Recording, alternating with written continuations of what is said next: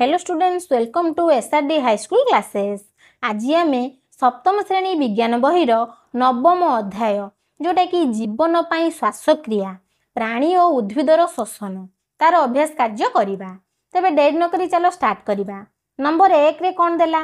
ना प्रतियोगिता परे खेलाड़ी माने काहींकी द्रुत और दीर्घ निश्वास नहीं थांती। दीर्घ श्वास काहींकी से नहीं थांती आमे देखिबा।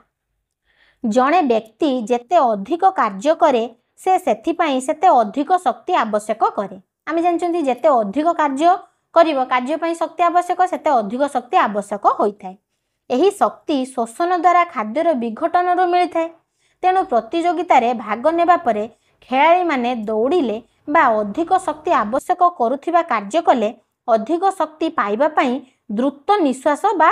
दीर्घ श्वास नहीं थांती। एपरिकी दीर्घ श्वास नेबार मध्य देखा जाए। बुझिपारल आमको आम निश्वास प्रश्वास बेगरू जना पड़े आमको केते श्वास आवश्यक। से जेहेतु प्रतियोगितार खेलाड़ी माने भाग नौचंदी प्रतियोगितार दौड़ हो कि किसी गोटे खेल हो कि डिया हो कि लंग जंप हो हाई जंप हो तार अधिक शक्ति आवश्यक करे सेते आम श्वासटा दीर्घ श्वास नहीं जाती आम द्रुत हो जाए। आ दौड़ धर चलुवा ताठ माने आम बसीथिबा गोटे जगार जेती जोर आम निश्वास प्रश्वास नौथुआ आउ चलवा बेले ताठू टिके अधिक बढ़ीज दौड़ला बेले ताठू आहरी अधिक बढ़ीज दीर्घ श्वास आम नहीं था।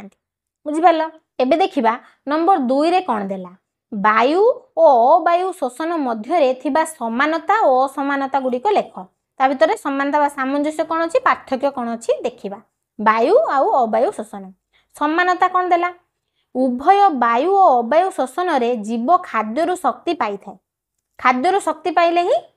कौन ए जो वायु श्वसन और अवायु श्वसन उभय रे खाद्यर शक्ति पाई थाए एवं एही दुईटी प्रक्रिया सजीव मानक ठारे अहरह चालू थाए। सजीव मानक ठारे देखा जाए आ उभय श्वसन रे जीव खाद्यर ही शक्ति पाई थाए। एटा होची कोन तार समानता। एबे असमानता बा पार्थक्यटा देखिबा वायु श्वसन आ उड देला अवायु श्वसन। वायु श्वसन कोन ना वायु श्वसन अम्लजान उपस्थिति रे संपादित होइथाय। वायु रो उपस्थिति रे बा अम्लजान उपस्थिति रे जो श्वसनटा होइथाय ताकू आमे वायु श्वसन कहिबा। अवायु श्वसन का कहबा ना अवायु श्वसन अम्लजान अनुपस्थिति रे वायु अनुपस्थिति रे होइथाय। कोटा जो अवायु श्वसन आ वायु श्वसन रे सेकेंड देखिया कोन एथिरे ग्लूकोज रो संपूर्ण जारण घटिथाय। ग्लूकोज रो संपूर्ण जारण घटिकी शक्ति उत्पन्न होइथाय वायु श्वसन रे। आउ अवायु श्वसन रे एथिरे ग्लूकोज रो असंपूर्ण जारण घटिथाय। वायु श्वसन रे जेहेतु ग्लूकोज रो संपूर्ण जारण घटिथाय निहाती अधिक शक्ति उत्पन्न होतु एठारे अधिक शक्ति उत्पन्न हुए किंतु अवायु श्वसन रे कौन हुए कम शक्ति उत्पन्न होता है। एटा तार पार्थक्य।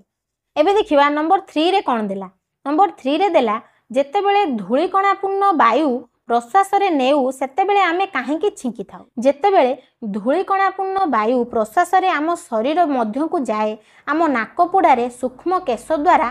ताहा छाणी होई नासारंध्र मध्य रे अटकी जाए। माने आमर जो नाकपुड़ा भितर जो सूक्ष्म छोट छोट केश अच्छी बा रूम भाया अच्छी जो छोट छोट केश अच्छी से कौन करे से जो धूलिकणा को छाणिकी अटकई दिए भितर को जीवाको दिएनि आम शरीर क्षतिग्रस्त हम ता द्वारा से कौटी रहीगला ताने नासारंध्र मध्य अटकी जाए भितर रहीगला। किंतु बेले बेले सही पदार्थ गुड़िकर परिमाण अधिक थिले ताहा नाक भितर को चली जाए था। भितर को भी धर अधिक परिमाण रे जो धूलिकणा पूर्ण थी वायु रे से भितर को भी पशिज ताकू से जो आम नाक भितर थिबा जो केश गुड़ाक अटकेबारे सक्षम सब गुड़ाक अटकई पारिबेनी से किछि भितर को पलाए। सेतिपई आम नाकरे नाना जंत्रणा अनुभव करती आउ छिंकी थांती। छिंक कहीं बुझी पारल आमे छिंकिवा द्वारा कौन हुए ना प्रश्वास वायु रे आसीथिबा बाह्य अदरकारी पदार्थ बाहरी जाए। प्रश्वास वायु भितर जोटा पशि जाए एटा छिंकिवा द्वारा से बाहर को बाहर जाए फल धूलिकणा मुक्त विशुद्ध वायु आम शरीर मध्य को जाए। तेणु कौन हुए ना छिंकिया बेले नाकरे रुमाल देवा उचित न जो आम जो भितर को जो धूलिकणा पूर्ण जो जाइथिला आमर जो ये पदार्थटा सेटा को बाहर को आम छाड़ले धर आम पाख आखरे थिबे से क्षतिग्रस्त हेबे तांको उपरु से जो जीवाणुटा जीव सेथिबे आमे छिंकिला बेले रुमाल देकी छिंकिबा दरकार रुमाल ले सेटा रहि जीव। एबे देखिबा नंबर 4 रे कोन देला देला 3टी परीक्षा नळी निय सेगुड़िकर 3/4 पर्यंत पानी भर्ती कर। 3टा परीक्षा नली आम नबा 3/4 4 भाग 3 भाग पर्यंत पानी आम कौन करिया भर्ती करिकी रखिबा। सेगुड़ी को आम 3टा ना दबा क ख ग भाव में चिन्हित करिबा। क परीक्षा नली रे आमे गोटे गेंडा को रखिबा ख परीक्षा नली रे आमे जलज उद्भिद नहीं परिबा कोन चिंगुड़िया दल को नहीं परिबा जलज उद्भिद गोटे रखिबा आ ग रे गोटे गेंडा जलज उद्भिद दीटा को मिसई के रखिबा एबे देखिबा केउ परीक्षा नली रे अंगारकाम्लर परिमाणटा अधिक अछि देखिबा आमे जानती श्वासक्रिया रे जीव अम्लजान ग्रहण करे आ अंगारकाम्लटा त्याग करे क परीक्षा नली रे तीनटा जांक जीव रहिसेंती क परीक्षा नली रे और ख परीक्षा नली रे केवल गेंडा और जलज उद्भिद जोटा कि चिंगुड़िया दल रहिछि किंतु ग परीक्षा नली रे दुईटी जाक एका सांगरे रहिसेंती बुझि परला ना से गेंडा भी रही आ जलज उद्भिद भी रही अंगारकाम्ल त्याग से अधिक कर ग परीक्षा नली रे अंगारकाम्ल परिमाण अधिक हम कारण क रे कौन केवल गेंडा अंगारकाम्ल जोटा जी त्याग कर आउ जलज उद्भिद ख परीक्षा नली रे केवल जलज उद्भिद जी अंगारकाम्ल त्याग कर रही किंतु ग परीक्षा नली रे उभय गेंडा भी अंगारकाम्ल त्याग कर जलज उद्भिद भी अंगारकाम्लटा त्याग कर परिमाणटा अधिक हम निश्चय तापर एबे देखिया 5 नंबर रे कौन देला 5 नंबर रे देला ठीक उत्तरटी रे ठीक चिन्ह दियो आमे देखिबा या भितरु कोटा ठीक अछि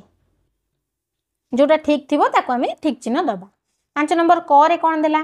असरपा शरीर रे वायु चलाचल कहा द्वारा होइथाय असरपा कहा द्वारा श्वासक्रिया करथाय बा वायु चलाचल कहा द्वारा होइथाय ना श्वासरंध्र द्वारा असरपा कौन करे श्वासक्रिया करथाय श्वासरंध्र द्वारा वायु चलाचल तार होइथाय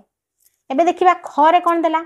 कठिन परिश्रम कले मांसपेशी रे केउटीर मात्रा बढ़ी जाए जेतले आमे कठिन परिश्रम करंती सेतले अवायु शोषण होइथाय सेतले कोन बढ़ी थाए हम मांसपेशी रे कोटा बढ़ी जाई थाए लैक्टिक अम्लटा बढ़ी जाई थाए